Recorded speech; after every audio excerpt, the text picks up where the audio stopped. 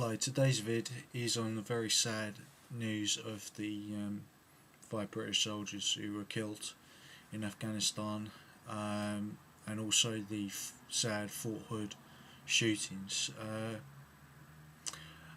Now, nothing could have been done to prevent that from happening. It's just a very sad uh, series of events. We don't know if they were linked or whether there is simply a sort of SOP going around the Islamic fundamentalists to do this, a standard operating procedure to do this, and that's something we're going to have to find a way to combat. But as the title says, is seeing red in the green zone. Now this comes from two different ideas. First, my first reaction was I want revenge on these people. They need to be hunted down. Um, you know, they obviously, if there is some sort of link between the two shootings, that's a much more serious thing.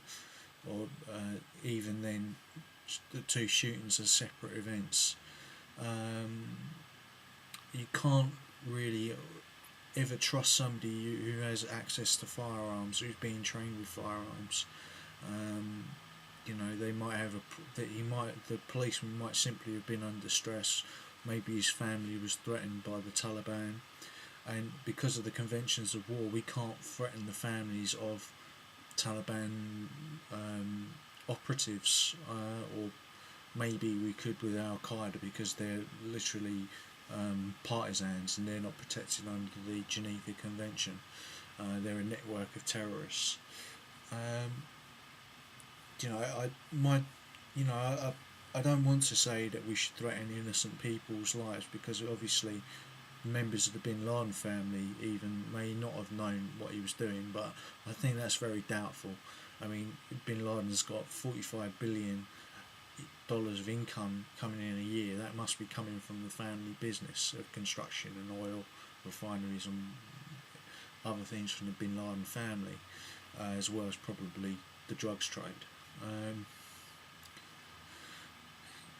did these people really just see red, right? And on the other hand, it's not just us seeing red. Did they see red in Fort Hood, or was this two planned attacks? We simply don't know at the moment. But it begs a question about the training of British forces in this kind of conflict. It wasn't the soldiers' fault, and that's not what I'm trying to get at. I'm trying to say that perhaps in the modern conflicts such as this, where it's basically intelligence driven, that British soldiers and American soldiers who fight the Taliban normally trounce them in conventional warfare. They've got better fitness. They're not paid as much. That's a disgrace that the Taliban are paid twice as much as a British soldier. They might be even as well trained. When they did Operation Anaconda at the start of this war in 2001, they found Western armaments and equipment. They found Gore-Tex boots and Kevlar and satellite navigation, all the things that a modern infantryman would like.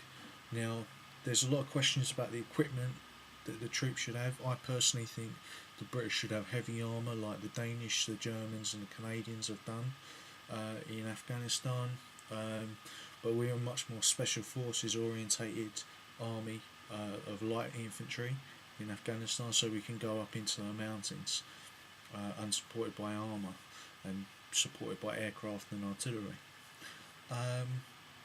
But the training I'm trying to get at is intelligence training, to train the British Army as intelligence operatives as well as soldiers, and for that you might need to raise the educational limits of entry to the army. I think they certainly, even if they didn't raise the educational boundaries of entering the army, they should at least be given £50,000 a year. There was a study done on the Roman army, and the Roman army in equivalent was giving ordinary enlisted soldiers £50,000 worth of in their money at that time to their soldiers, and yet are we not capable of doing it? We've got a $1.17 trillion economy, trillion euro economy. Sorry, I should say. Perhaps that's even more now because the pound's value has fallen. What I'm trying to get at is that if they were trained to see the signs of stress, of the onset of somebody who's not genuine and is an infiltrator, then they would be much more better able to fight terrorism.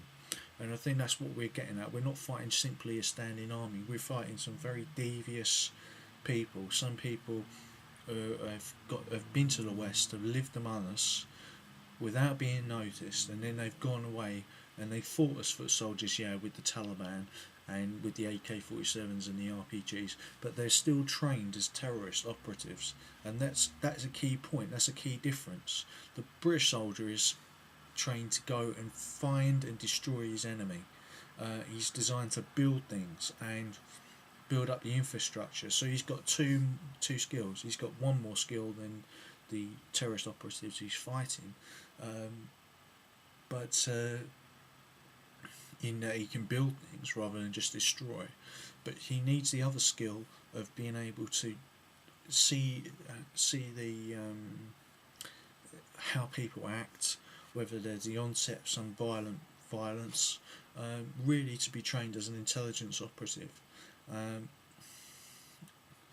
Also, I mean, they're being given much more people skills in their training at the moment, so that they can and ways to deal with the local population, so that there's many more levels than simply violence or no action like there used to be with in World War II. You'd either shoot or you wouldn't shoot. Now the British soldier is trained in, when he's operating in the green zone in Afghanistan, to have some relationship with the local population, to get them on side, to win hearts and minds. But it's not simply that. He, in the police, might be being infiltrated by Al-Qaeda and the Taliban, and they really have to see that those people are put through a process, and I'm sure there is some sort of process going there, but that's more with the higher ups, the officers and the intelligence corps.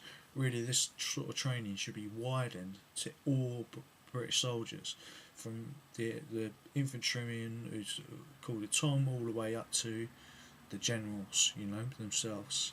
And that's what that video is about. This video is about. Leave comments, get a discussion going, and let's hope that the British soldiers and the American soldiers out in Afghanistan can continue on to victory, and that they don't lose heart. And I want to make an appeal to everybody to leave comments of memorial to those poor soldiers' families. Our thoughts are all with you at this time.